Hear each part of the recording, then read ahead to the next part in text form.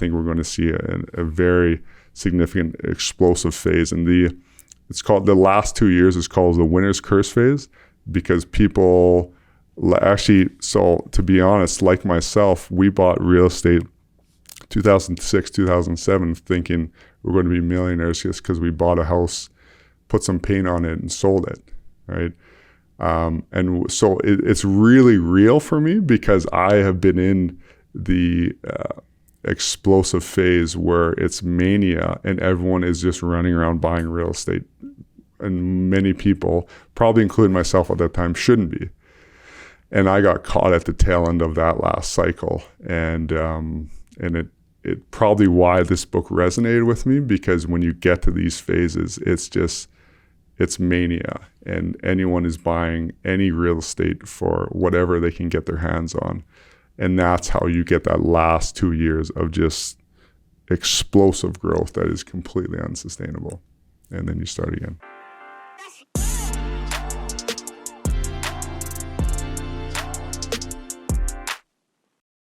So today on the show, we have Jeff Stork. He manages a team that has $3.5 million in office. Is it industrial as well? Yeah, industrial and retail as well. Yeah, and has a portfolio of multifamily on his own. Started that.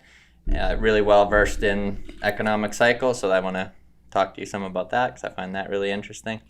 Can you? We'll just start on the office stuff a little bit. I think people find that interesting, and most of these questions are more for myself. But how did you get started in it first, in managing office? Yeah, first I'll say thanks for having me on. I'm excited to be here, excited to chat with you. I actually started in the residential multifamily and got great experience there, just working through the full day-to-day operations of running large multifamily assets. But I would often be informed that commercial property management could be a better opportunity for me.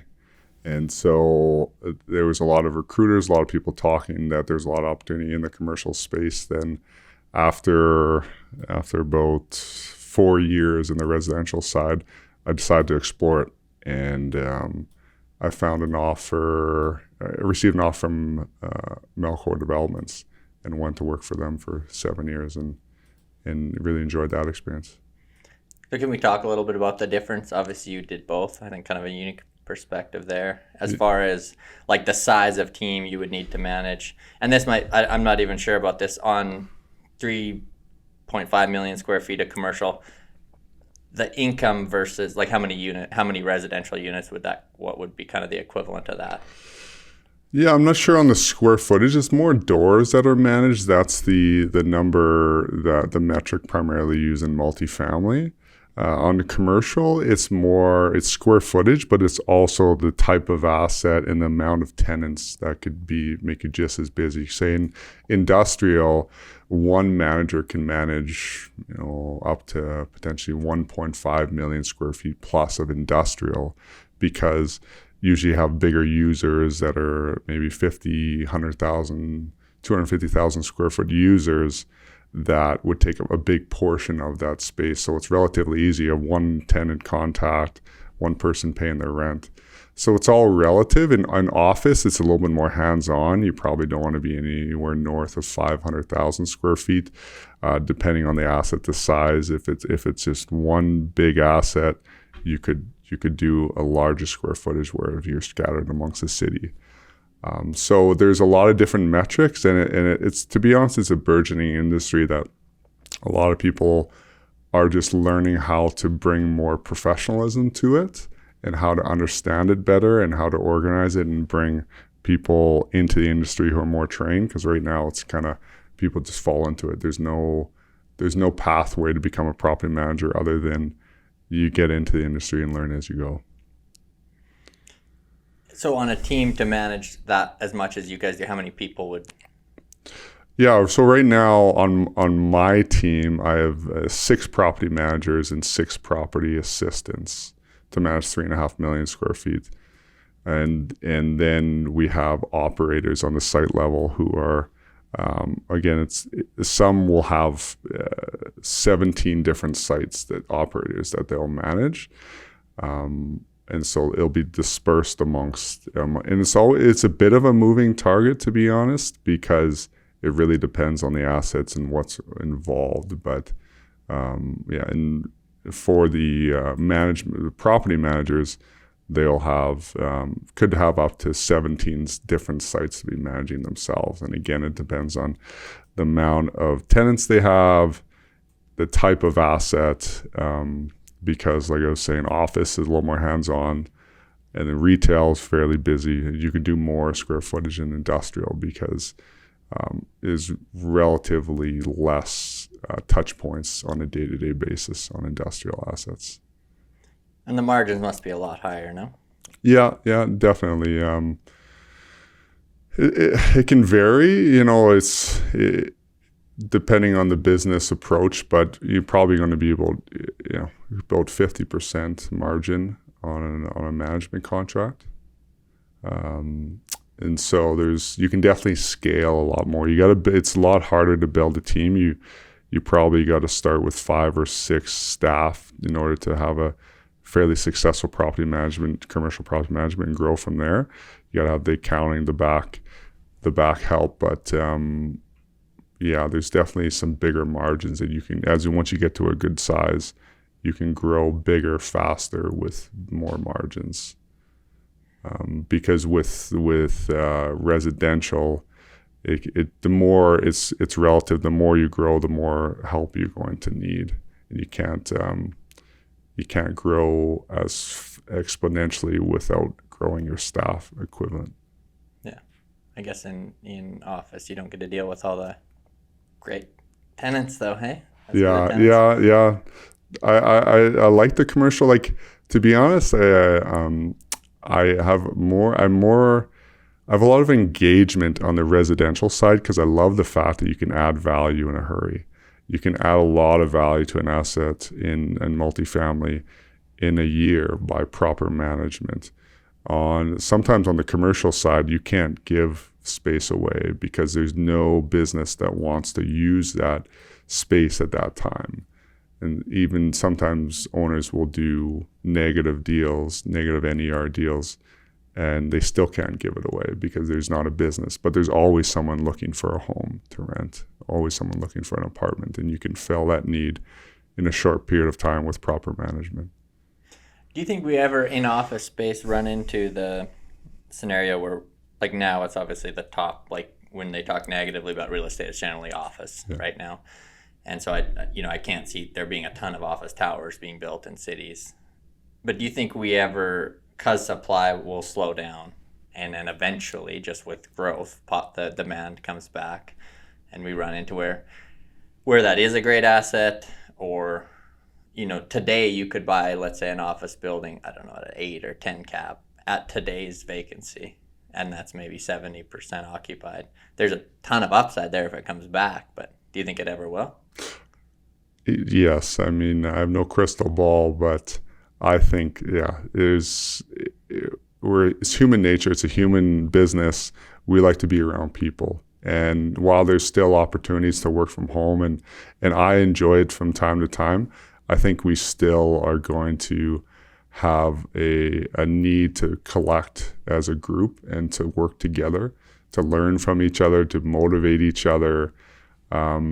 And so I definitely think it will come back. I think we're exploring the options that technology allows us to separate and still get work done. And there's a lot of great tools that increase people's quality of life, their productivity, etc., by working from home. But I think eventually, we're going to talk about cycles. It'll cycle back where there'll be more interest and demand in office space. And I think we're at a very cyclical low in the demand for office space, and there's a lot of opportunities in it if it makes sense for the business to hold that asset for the long term, because it might take a long time before the demand for office space comes back. There's a lot of office conversions happening right now to residential. Eventually the supply will be a lot lower. The demand will pick up and it'll be a great asset. But when, I don't know.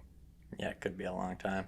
Yeah. I think when if you've seen in the news, Zoom called all their employees back to the office. I thought that was kind of upsetting. Yeah, I mean, you're just going to see more and more of that. Some are already demanding 5 days back at the office, and there's some risk with that with your staff, and if some won't want that. But I think that from an owner's perspective, there are some benefits for staff being at the office often, not always, often. There's some benefits, and so sometimes you might see owners starting to, demand that staff come back, and they'll have to make a choice. Either they stay there employed or they come back. Yeah, I think if we get a downturn, it'll be a lot easier. Now, I think employees have a lot of push. Yeah. You can't build culture. You can't. I don't like the work from home thing really. Yeah. I think you need, for sure, in a bigger organization, I think you need people there. Yeah, I agree.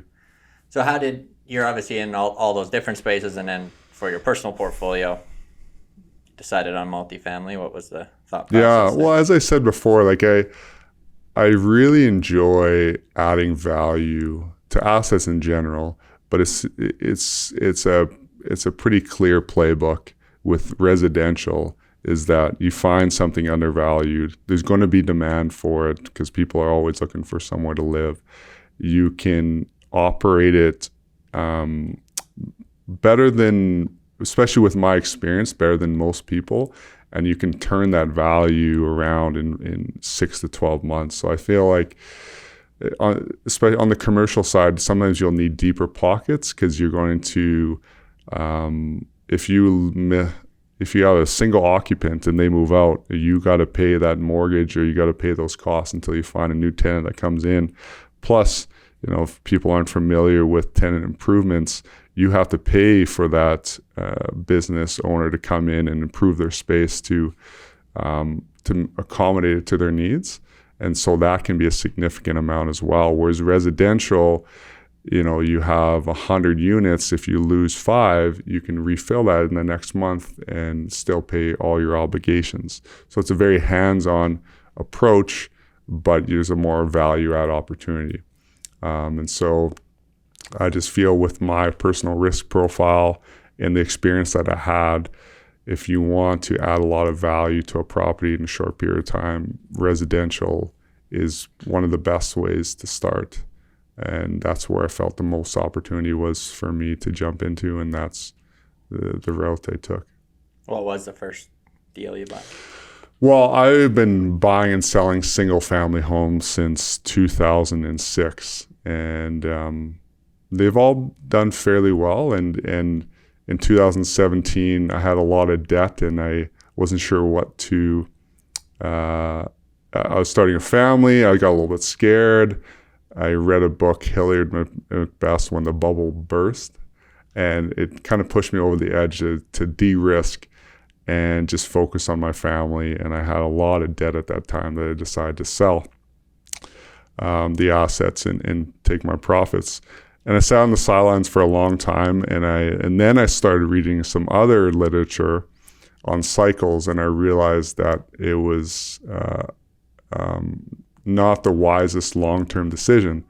And so it was December 2020, I started reading on cycles, and I realized that the bubble is less likely than I thought to burst anytime soon. And I feel like actually we're in for a significant increase over the next 5 years.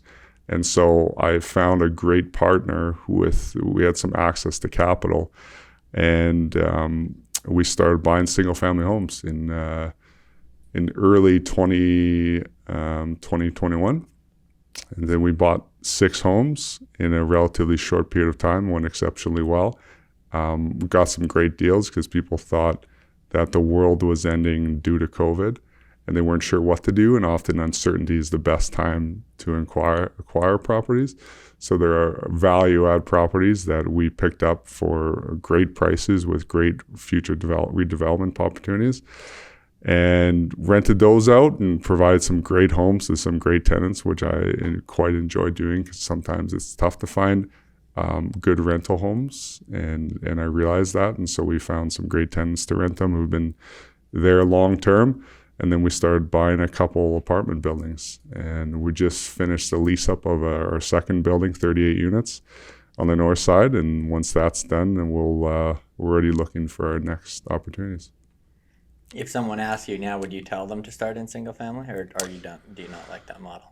It's not, you got to, crawl before you walk, and then you run, right? And so there's a lot of different dynamics. I'm not opposed to it. I think that you want to be big, but you also have to know what you're doing and know who you're partnering with. And I think that was a test out period for my partner and I. While we knew each other, we never did business together.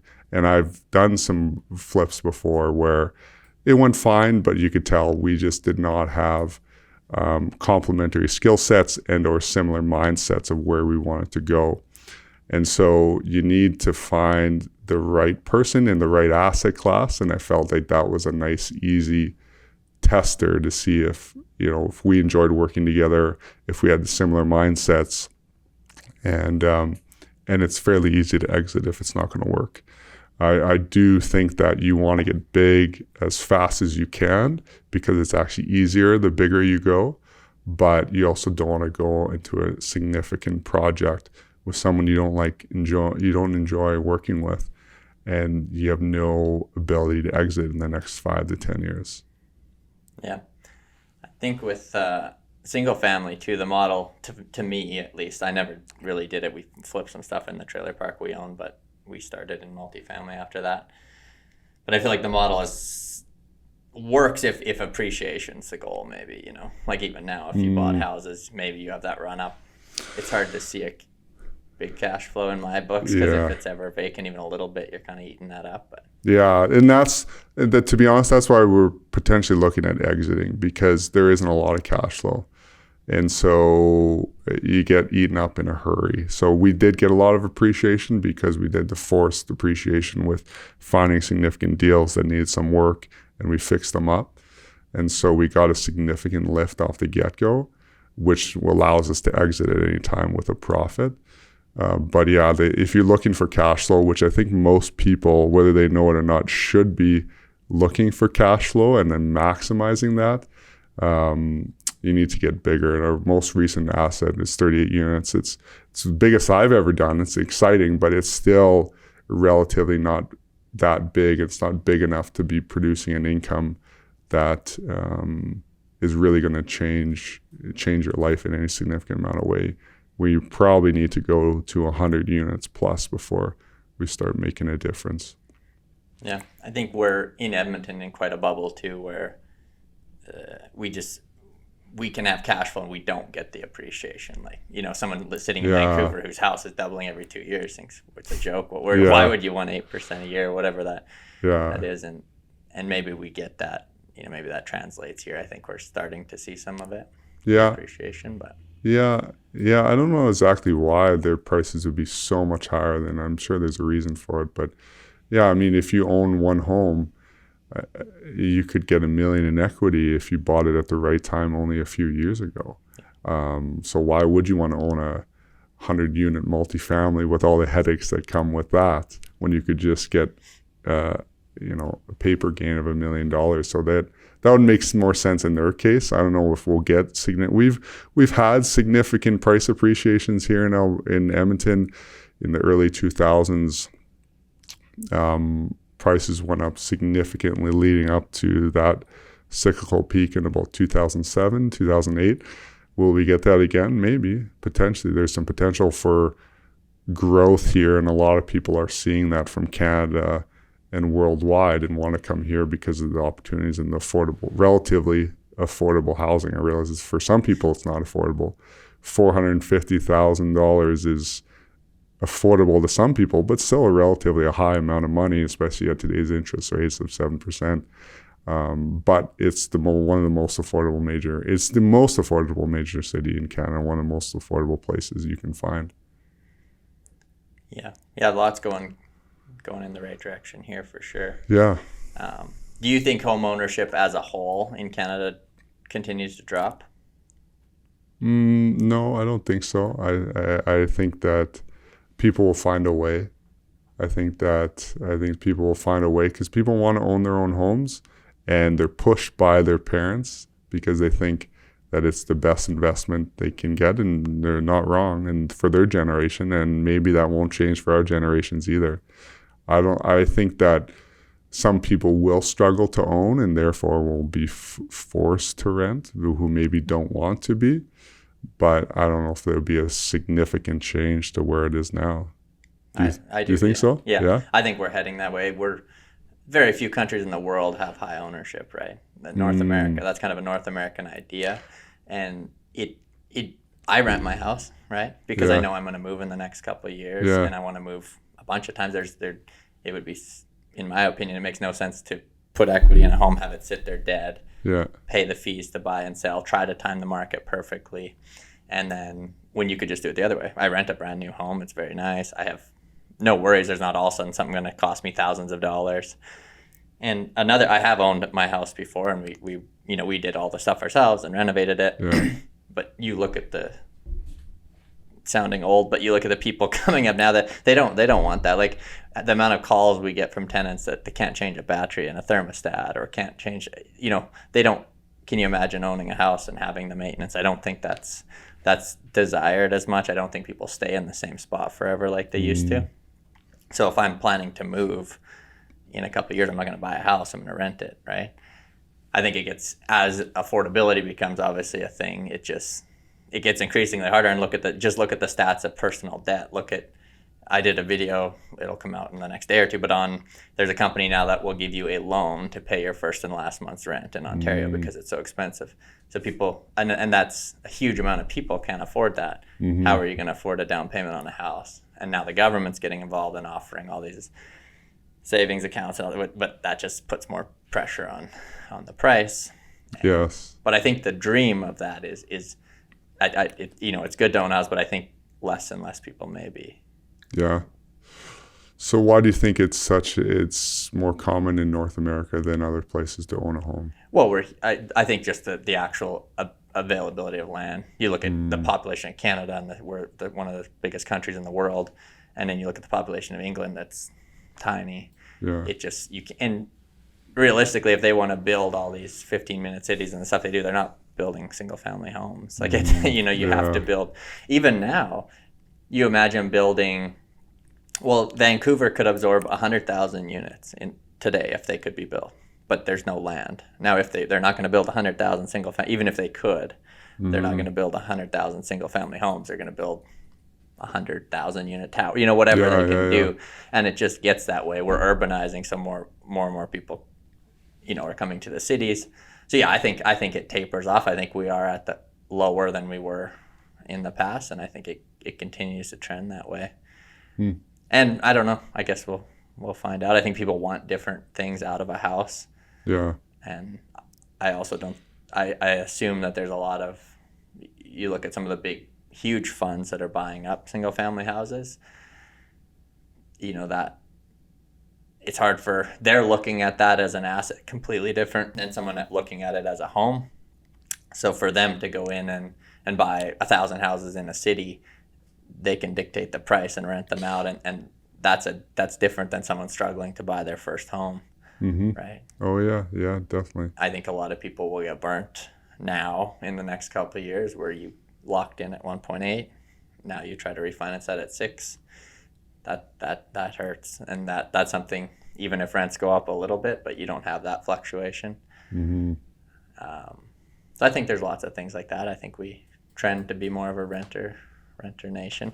The people that immigrate here, generally they can't just automatically get approved to buy a house, and that's where our population growth is coming from. Yeah. So. Yeah, definitely.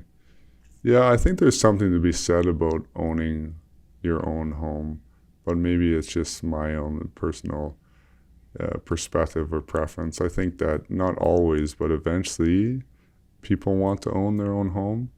But again, that just may be more the culture and the experience of what I've had. I know I've enjoyed it, and I like there's something about the control of having your own house.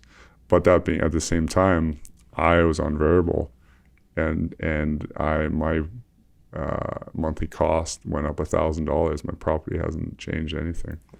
And so there's so I'm already experienced that before the cliff comes where the rest are going to. Luckily, I can afford the difference, but yeah, I think that some people are really going to get pinched out of owning because of the costs of everything.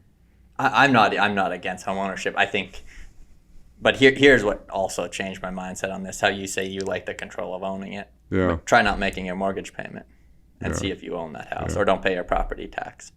And that, I think people don't realize that the bank owns 95% or whatever amount you put down. And the second you can't make that payment, it's really no different than getting evicted. You're losing that house. The city owns it if you don't pay the taxes. So you don't really own the land. If you don't pay your water, they cut it off. You don't have access to your house. So there's all these things that are very similar. Where I think it's a good option, and this is why I think it's been a good option for so many people, is it's a forced savings account. Yes. So most people cannot save money, yes. and this is a fallback. And I also feel like this is where we're going to see the biggest impact on the economy, is that we haven't seen yet from interest rates. Is forever people used it almost like an ATM. You get to refinance, the bank offers you, hey, you pull $100,000 out, just throw it on the mortgage, and you spend that money in the economy. Mm-hmm. It might go the other way, where your mortgage comes up and they say, look, you're not meeting your debt cover. You actually have to put money in, or you're back at zero and you're re-amortizing it longer. And now all that money is not getting spent in the economy. So I think that we'll feel that. And you're seeing, like I read an article there, if you get I don't know what it's actually called, but like a fixed variable rate. So if you have a variable rate but your payment's fixed, have you ever seen those loans? And what the bank does is pushes the mortgage out. They're actually getting, like, they pushed them out to 98 years, right? And some people 98. Well, because the payment can never change, but when that comes up, you're now paying over 100% interest. So you're paying, because you're not even meeting your minimum payment. So like once, like then what's the point? Like you know. Yeah. So I think things like that we will eventually see a little bit of trickle down. But I think for the majority of people, it forces you to put money into an illiquid asset. Yeah. And that's great as long as the asset goes up in value. But if it's true. Like it's a forced savings. It's a forced direction, which some people need because sometimes making a decision is hard, right? I think the root word of decision is to kill, and we don't want to kill all our options, so we just float along and just take whatever comes along to us. Whereas with this, it's very hard to transact. You don't want to move. You don't want to give up your friends, your neighbors, so people just fall down that path, and all of a sudden they wake up and 30 years later, like, oh, I'm still here. Well, at least I have $1 million equity now, so that's a nice bonus, right?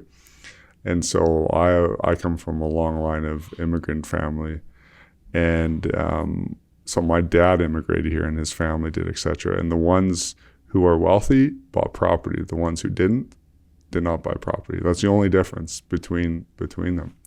All right. And there were some of them done extremely well just because they made one decision to buy property. Now, is that going to continue on? Potentially. And we can talk about that. And I think that there's incentives to keep that going. That is structurally reinforced in our system. They try and push that as much as they can to keep the system afloat. And so there are massive incentives and structures in the favor of owning real estate. But can that continue on forever? I don't know. But they probably didn't think that house prices would go to over $1 million 30 years ago. Is that going to go to 2, 3, 4 million? I don't know. But there's structures in place to try to get there. So.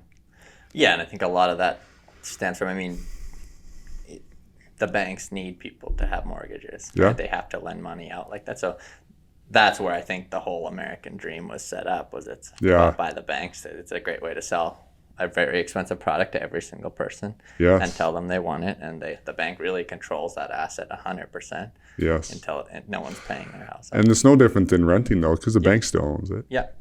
But it's I think you have a little more control in that, what you do with the asset, not having to deal with the landlord, make your own personal touches, and Is it the best financial decision always? Probably not. There's probably better opportunities. But for most people, it seems to have been the best option because most people, that's where their wealth is tied up in.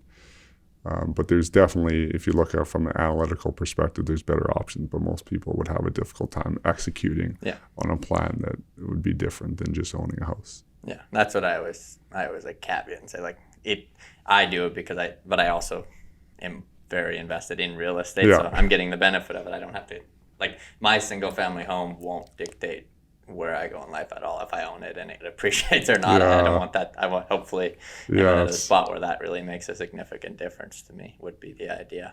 But we can get into the cycles a little bit. I don't know which one. I know there's a lot of them, and you're pretty versed in the 100-year and the 18.6. And which one would you put the most weight on, or are they all very tied together? Yeah, there's, so that's what my friend and mentor, Jeff Gunther, shared with me. It was I think it was December 2020, and my wife kept asking me what the heck I was doing, staying up late and poring over this book. I was just so interested and almost mesmerized by the book at first because it just, I've been looking at looking at real estate for probably 15 plus years, and I love looking at history and cycles and how things repeat. And so when he shared that with me, I was just amazed how it felt accurate, felt real, felt some truth to it. And how the book is, it's the Secret Life of Real Estate and Banking. And he had been writing that the cyclical peak in the real estate market was going to come in around 2008, and he wrote that over a decade earlier. And he'd been calling it for a long time, and he gave his reasons why. And it just, it was fascinating that he had made that prediction, even if it was just a one-time lucky thing. I thought, wow, just amazing how one guy could predict that.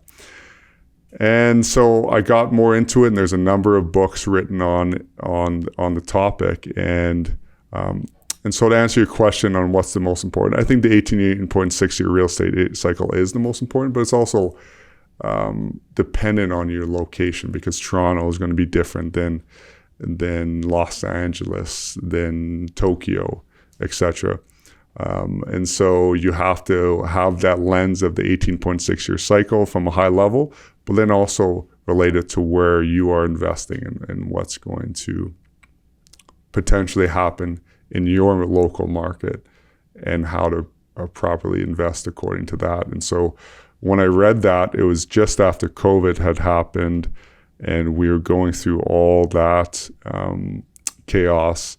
And a lot of people were worried about what's going to happen. And it still was scary, because taking a leap of faith and investing a lot of money is scary, but it gave me enough confidence to kind of push me over the edge and start investing. And we've done quite well because of it. And I think we'll continue to do extremely well because of the 18-year real estate cycle.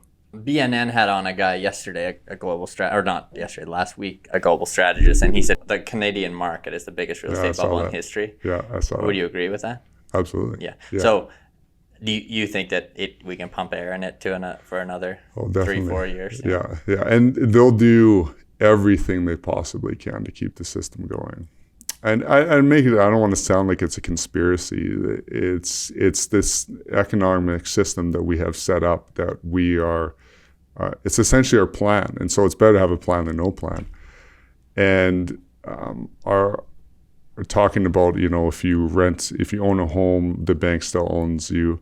If you rent an apartment, the bank still owns that as well. You go to buy a car, most people, the bank owns that as well. And most everything is financed right now. And the banks own most everything.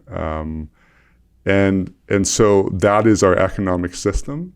And that is why we're incentivized to not have lower prices. Because if the banks fail, our economies fail.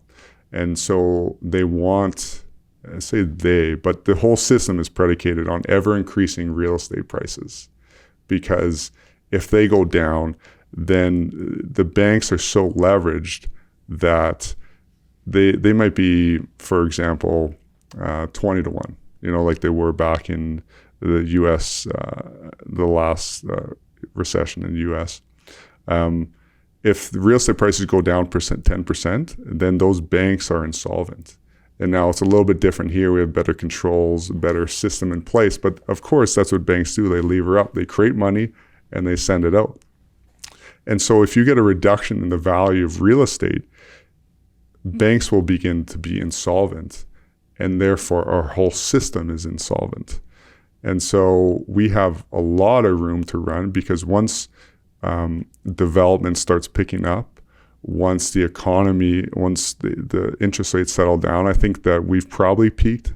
I don't know for sure, obviously, and I got caught on the last interest rate hike, so I don't know. I have no crystal ball. But my sense is that we've probably peaked, and they want to push the interest rates to the level that they possibly can without breaking the system, and they'll pull back from there. And then with construction, with the economy, I think things will really ramp up, and we could see another healthy amount of appreciation up to the peak around, if history is to repeat, it should be around 2026, 2027. And typically leading up, this is the most explosive phase. You can get double-digit growth year over year leading up to it, which we had again in Alberta early 2000s, and that very well could happen again. Maybe just very quickly explain to people what that cycle is, and then we'll get into more of it. So it's at 18.6, so it's 4 years of recession. So that's after the peak. That's where the banks really are in trouble. And typically, liquidity is pumped into the banks to try and show up their balance sheets. Because with the reduction in the values of real estate, the banks are technically insolvent. And so they need to be shored up. So money is, just like they did in 2008 in the U.S. financial crisis, they pumped the money in to try and make the banks solvent again. And so once that's kind of shored up, things are stabilized again, you start to have some growth. That's typically 6 to 7 years of growth. Why is that 6 to 7 years? There's different reasons why, or where it could be. No one knows exactly for sure, but that it often is tied in with the business cycle of every 7 years people talk about. So you have 7 years of growth. There's something in the middle after about 7 years where it destabilizes the economy. Typically, liquidity is pumped back into the system again. And there's a couple years of that. I'll outline the numbers better thereafter, because it's not like this month at this time things are going to happen. It's a guideline to follow, but of course things can happen within it. So there's some type of wobble like we had with the COVID lockdown. Essentially the whole world was locked down, so therefore the economy, people were scared. What they do, they pump liquidity into the system to make sure that there's money for the banks to lend, that people have money, etc. They get that money out there, it restabilizes the system, takes a couple of years, people realize things are okay, and we go to another 5 to 7 year phase of growth. That is typically the more stronger point, because people will see, oh, we just had a recession, the government bailed us out, we're safe, we know what we're doing this time it's different. There's more euphoria, people see opportunity to go in, flip a house, make $500,000 like they were in the mid 2000s. They bring all their friends in and everybody's all in. That's how you get right now. There's a lot of liquidity sitting on the sidelines, people just waiting for things to do, what to do.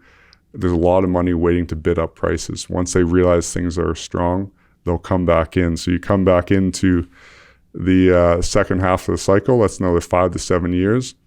For a total of 14 years, you get that peak, and then you start have a destabilization of the system. That's another 4 years, and the cycle starts again. So how are you planning to time? We're just getting to the ideally explosive phase. Yeah, I was talking about this morning. I think typically this would be, we're getting into the explosive phase, but I think it was slightly distorted, because as soon as COVID happened, we brought interest rates down so low that we saw a bit of the explosive phase a little bit earlier. as we saw right after COVID, they reduced interest rates to almost nothing. And what happened? The real estate market took off. In the bigger Toronto and Vancouver, prices, you're having significant year-over-year price gains. And then they realized that this was completely overdone. And so they realized that the system wasn't as in bad a shape as they thought. So they jacked the rates back up. So it kind of it threw off the cycle slightly in that you typically wouldn't have these extremes. But I think now they're kind of balancing that out, finding where they need to be to allow growth and not crush the system. And I think once they settle out in 2024, construction picks up, massive immigration continues. I think we're going to see a very significant explosive phase. And it's called, the last 2 years is called the winner's curse phase, because people actually, so to be honest, like myself, we bought real estate 2006, 2007, thinking we're going to be millionaires just because we bought a house, put some paint on it, and sold it, right? And so it's really real for me, because I have been in the explosive phase where it's mania and everyone is just running around buying real estate. And many people, probably including myself at that time, shouldn't be. And I got caught at the tail end of that last cycle. And it probably why this book resonated with me, because when you get to these phases, it's mania, and anyone is buying any real estate for whatever they can get their hands on. And that's how you get that last 2 years of just explosive growth that is completely unsustainable. And then you start again. But how do you ever time, like my thing is, you don't want to be like yourself in 2017 and sell everything. And I'm always worried is I'm like, you don't want to miss even 1 year of that explosive growth. You'd regret that. But you also don't want to buy then. And I guess you're just smart on the leverage, or expect it to go down by this amount. But you're going to overpay if it's crashing. If you buy it. So that's the only time typically where you get caught and you can overpay for real estate. You'll have to wait another 18 years for it to come back, if it does. So you want to, typically when you buy real estate, you don't ever need to sell. Like, you never really want to be timing real estate. It's not really, I thought it could, and I thought I could get away with it, but I realized that it's a long-term plan. It's a business, it's an investment, but it's also more so a business. Sometimes people get in because of great returns, but they don't realize it's a business just as much as an investment. And you got to be committed to it to the long term. So I think that right now, I'm still trying to buy. I think there's a lot of growth in front of us.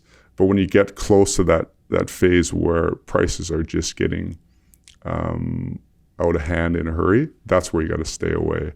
And that's where you start deleveraging the best you can, lock in your interest rates, make sure you have ample liquidity, you reduce costs, and you're essentially preparing for a storm.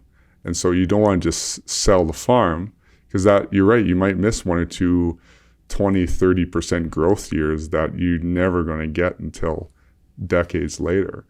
But you also, you don't want to lever up, and you got to start preparing for the storm that's coming, because it's typically substantial. And like you said, we're probably the biggest bubble here in Canada of all time. And so when things turn down, it could be significant. And there's another cycle that we've talked about before, is the Kondratiev wave. It talks about commodities. And that was another reason why I'm so bullish on Alberta, is that I think we're coming into a significant growth phase in commodities. And I think that the Western Canada is going to see significant demand for the commodities that we produce. And I think that, again, we could capture that. To talk on the Kondratiev wave, it's typically 25 years up, 25 years down. And the same authors who write on the 18-year real estate cycle, they talk about the Kondratiev wave, and they've been talking about that since early 2000s. And we've seen relatively high commodity prices. Yeah, oil came down, but to $50, and at one point in COVID, it was negative, but it was a very short period of time. And so we had relatively high commodity prices, and we should, if history is to repeat, see that again. So we should see the peaking of the real estate cycle and the peaking of the contractive wave, which typically would allow explosive growth in Alberta if that is to happen. With the real estate cycle, and you were talking about the liquidity and stuff, but will we ever get a government in that's going to actually not just try to solve it by, like if we get to a point where the banks are crashing, aren't they just going to print as much money as they can to try to get out of it and keep it going? Like, keep it going, you almost need a government with some fiscal constraint. I don't think you see that a lot today, do you? Yeah, no, that's a good point. I don't think you do. In fact, this seems to be the approach, is throw as much money at it as possible. But the problem is the forces are so significant in that, say our economy, they take the interest rates to 15%. Of course, our economy, real estate can't support that. And so we have the issue of when you get to the end of the cycle, things are so levered that it's like taking a little water gun to a house fire. Like, you need to hit it with everything you got. And that's what they did in 2008 in the US. As you've seen, they used to talk in the billions, and they started talking in the trillions, because it's such a magnitude of money needed. And they will do that, but everything is so stabilized that you can't turn it around like you did during COVID, because things didn't get out of hand before that. We talk about things getting out of hand, and prices in Canada are out of hand. They are, but they're not like the US, where they were giving $700,000 mortgages to someone who was making $7 an hour. Right, and so there is still some stability in our financial system, that putting some extra liquidity into it allows it to stabilize. But when it gets completely out of hand, when prices in Edmonton, say for example, say they went up to $700,000-800,000, and everyone who was buying them only made $10, $15 an hour. They couldn't afford it. All they were doing is paying debt with debt with debt. The system is unsustainable. Whereas right now, the system is they can make some adjustments. If they need to, they can come back to 5%. You were talking about how we're not as, maybe not as leveraged as the States. But I see now in multifamily, like in the last week, 2 different people I've seen posting for investors, and they're advertising, like using the CMHC, the 5% down, and offering like 50% of your returns. And people brought it to me and asked me, and I'm like, no. I mean, but you can buy a building with 5% down, 50 or AM, 1.1 debt cover. Every part of that is risky. Like, someone with $100,000 can go buy a massive property now. Yeah, absolutely. And that's how we start getting to the peak, right?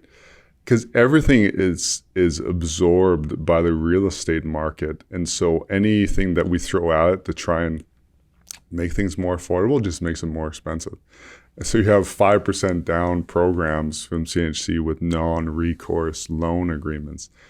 There's no risk, and you can buy a $10 million property with $500,000 down. Like, to most people, that's a lot of money, but to some people, that's not. And you get to own a fairly large multifamily asset. And so that's the programs that come into place, where it's just such significant leverage. And it's not so much the amount of leverage, it's the stability of it from a whole. If a few people can't afford it, that's okay. But if most people can't afford it, the system can't handle it, and it goes down, right? And so right now, there's a few people with 95% loan to value on the CMHC. But if and potentially when 20, 30, 40% of the market is doing that, and or you have a bunch of people posting on Facebook promising 50% returns, they may not be the most sophisticated investors.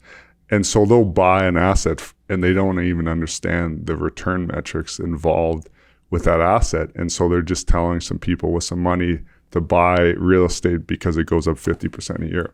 And so an asset that was worth 10 million, they are offered 13 million. They say that's a great deal. And then they might find someone else that says, I'll give you 16 million.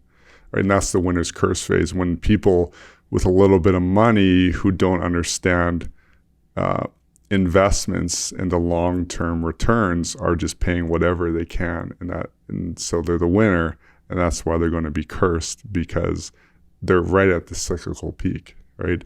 Is once the fear has subsided and everyone's making 50% annual returns, is when we're probably getting close to the peak. Yeah. You said a few people take those loans. I would say you wouldn't find many multifamily deals in the city getting done that aren't using that loan right now. CMHC, yeah. Do you think that 95%, most people doing 95%? Yeah. Because it's very hard to make, with interest rates where they are, it's very hard to pencil it out and make sense of it. At 5%, you can, because if you put, like I said, $100,000 down, you only need to make $5,000 to make that work. Yeah. Or to make. So I think, and it used when I came to the city, and that was only a few years ago, I had to have a lot of conversation with my broker about even taking a 15% and 40-year AM, because he was like, it's risky and you don't want to do it. You want to amortize it shorter.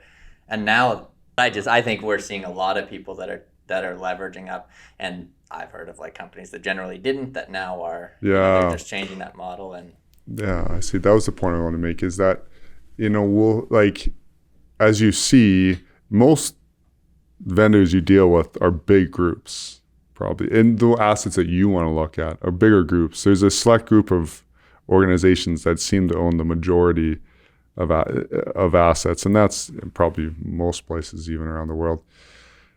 They've been around for a while.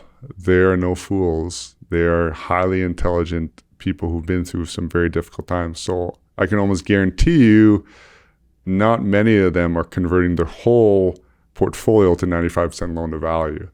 And the reason why is because they've been around the block. They're conservative. They maybe went through the 80s here in Alberta, where they almost lost their business. And so there's a select group of people, maybe more entrepreneur people like me and you, trying to break into the market, willing to take some risks. And there's some other people who are recklessly taking risks. But that's a fairly subset, minor amount of assets being purchased that way. Give it a couple of years, I think you'll see more and more of that. And that's where you'll start destabilizing or changing the market, because all of a sudden, like we're seeing now, you almost can't pencil out a property unless you have 50-year amortizations, right? And this is where you can continue to level up, in that people are, if you go offer a renter amount of money to pay the rent, that's absorbed by the landlord, and it just allows higher and higher prices. And so all these programs, like you're talking about 98-year amortizations, feed into higher real estate prices inevitably.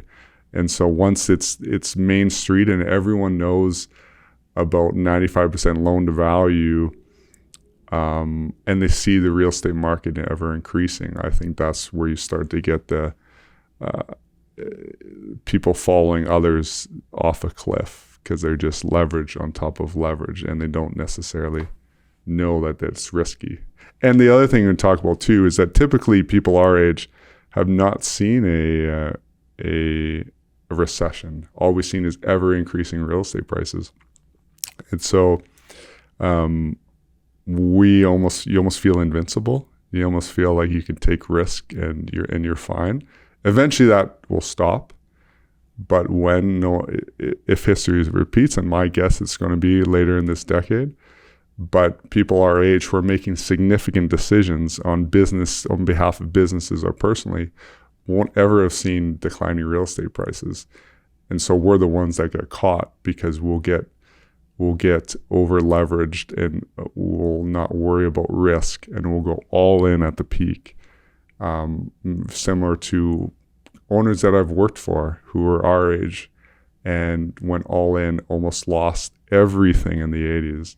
And now they're the most conservative people you'll ever meet, because the real life experiences taught them to not make those decisions. So interested to see how it works out. But I'm doing some 95% loan to value because it makes sense, and you can de-risk things by approaching the asset in a way that will reduce your exposure if costs increase or capital calls come. But for someone who doesn't necessarily know how to operate a building or what they're doing, those 95% loan with capped rents can be a big risk long term. Yeah. And I think that's the people that get hit, is the inexperienced people.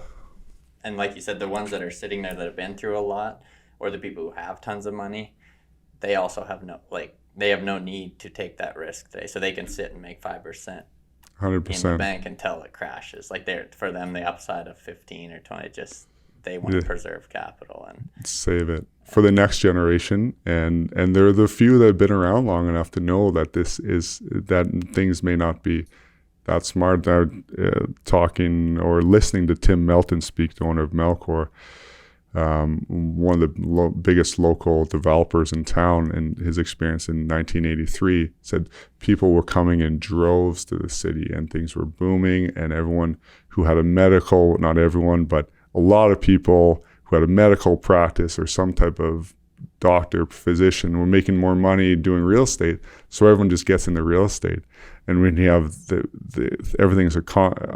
everything is booming, people coming to town, that's how people go all in, right? And it goes on top of top. And then it said eventually the music stopped in 83, and they were almost immediately on watch with their banks. And that was a very conservative real estate company. And they were on that for years until they could get off that program, because most real estate companies were going bankrupt.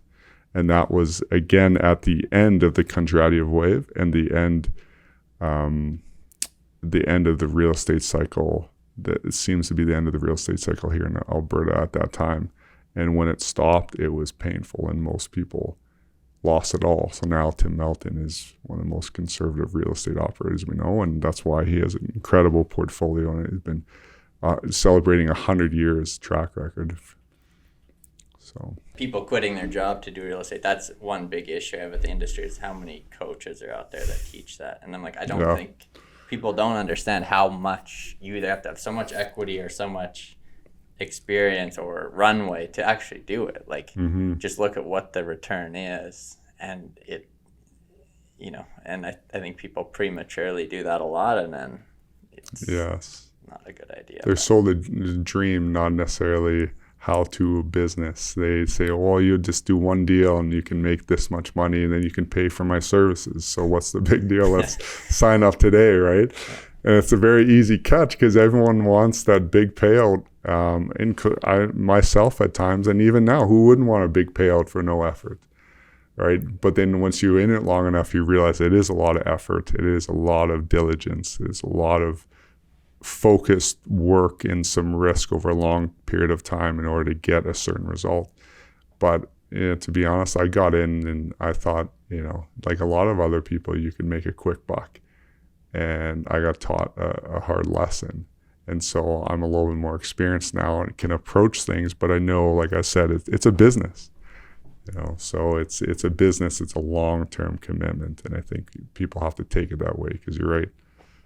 The coaches, I don't know, if you need a coach that you're going to pay tens of thousands of dollars for, maybe the business isn't for you.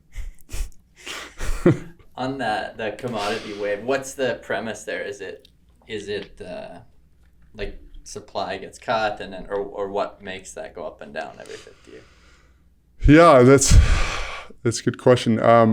Often it will peak near the end of the real estate cycle, because most our economies and all our economies are based on real estate. That's where the lending goes, etc. And so you have a major construction boom near the end of the real estate cycle that has huge demand for commodities. And so therefore you will have everyone who's producing commodities will have huge demand, and therefore that specific area will boom. But it wasn't, I don't know if there's a specific reason why it happens. It's just like everything, like the seasons. You have the spring, You have summer, you have fall, you have winter. There's nothing that we do that changes it or causes it to come. It just comes, and you just adapt to it accordingly. And I think there's a lot of things in our environment that are just cyclical, and we try to find reasons or people to blame or things why it happened, and it just happens, and you just got to plan accordingly. And I think, us being born into a very strong real estate market has allowed us some success, because all we've seen is ever increasing real estate prices. But there's some people that get in, are born at the wrong time, and are entrepreneurial like us, who buy some real estate and lose it all just because they were born at the wrong time. And so I think that there's just cycles that happen that are out of our control. And so the man who founded it was Nikolai Kondratiev, and he was from Russia, I believe. And he was tasked to figure out why the Western economies went in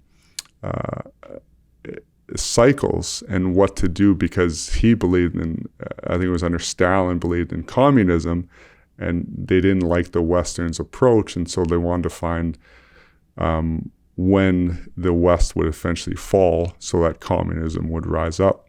But the problem is, he came back with his research and he said, it's cyclical, and it's not communism, it's not democracy that causes it. It's just a thing that comes, like the seasons of the year. And there's nothing you can do about it. Well, I guess Stalin didn't like that, and he was eventually executed for his findings. And so they picked up on his research many years later and found it just incredible, predictable patterns that come with it. And so it's just interesting to see. And I think that we're here for a small speck, and so of time, and so we can't change it. So you got to try and adapt to what's in front of you right now, and you do that by looking at history and trying to get a sense. History doesn't, like Mark Twain says, history doesn't repeat, but it rhymes, and you can get a decent sense of where we're going by looking at a long history of time. So that's good. Well, we'll wrap up. But if someone wants to study any of the cycles, what would be like the first book to get them started? Yeah. So the one that got me onto the matter is the 18.6 year real estate cycle by Philip Anderson. He has a bit of a choppy writing style, which sometimes is hard to follow. But once you get into it and you see the patterns that he's showing and picking up on, it's an incredible amount of useful information. There's a couple other books by Fred Harrison, Boom Bust. There is, I have to cut this out now. I can't remember. Was it Fourth Turning? Or was that not one that really did it for you? The Fourth Turning doesn't specifically talk. That's on a great topic on cycles, which is very relevant. I don't know if I shared with you the predictions he made in 1998, but said in the next 20 years you're going to have a major financial crisis. You're going to have you could potentially have a hijacker commercial airliner, a government shutdown, a communicatable virus that were lockdown mandates are enforced across the country, like incredible predictions. And so it kind of ties in the real estate cycle, because he talks about every 20 years, and the 18-year real estate cycle is a little bit shorter than that. But he talks about too, and his predictions are unbelievable. I could talk about that. So that is somewhat related, but unrelated to the 18-year real estate cycle. So there's the Fourth Turning by Neil Strauss, which is an incredible book on history, and again gives you an idea of where we might be going in North America. And then The Secret Life of, was that the one? Well, The Secret Life of Real Estate and Banking was Phil Anderson. The Secret Wealth Advantage by Akil Patel, that just recently came out. That's a little bit cleaner writing, a very easier to follow along with. And that one's a very good book. There's a lot of like YouTube videos online I like to listen to as well that talk about the cycles and what goes on through each pattern, and it's fairly predictable, kind of like the seasons, but you never know exactly when. Just like you don't know when summer's coming, when fall's coming, when winter's coming, but it's probably coming, so prepare accordingly. And so I think that these real estate and economical cycles are not much different. You just gotta get an idea of where you might be going and trying to plan the best you can to prepare for it all. Perfect. Well, good advice to end on. Thanks for coming on. Thanks for having me. Thanks a lot for listening. If you guys do have any questions, feel free to send them our way and we'll answer them on one of the upcoming episodes. It definitely helps us out a lot if you guys can rate the episode, go write a comment. It goes a long ways as far as getting us out to new people. So that'd be much appreciated. Thanks.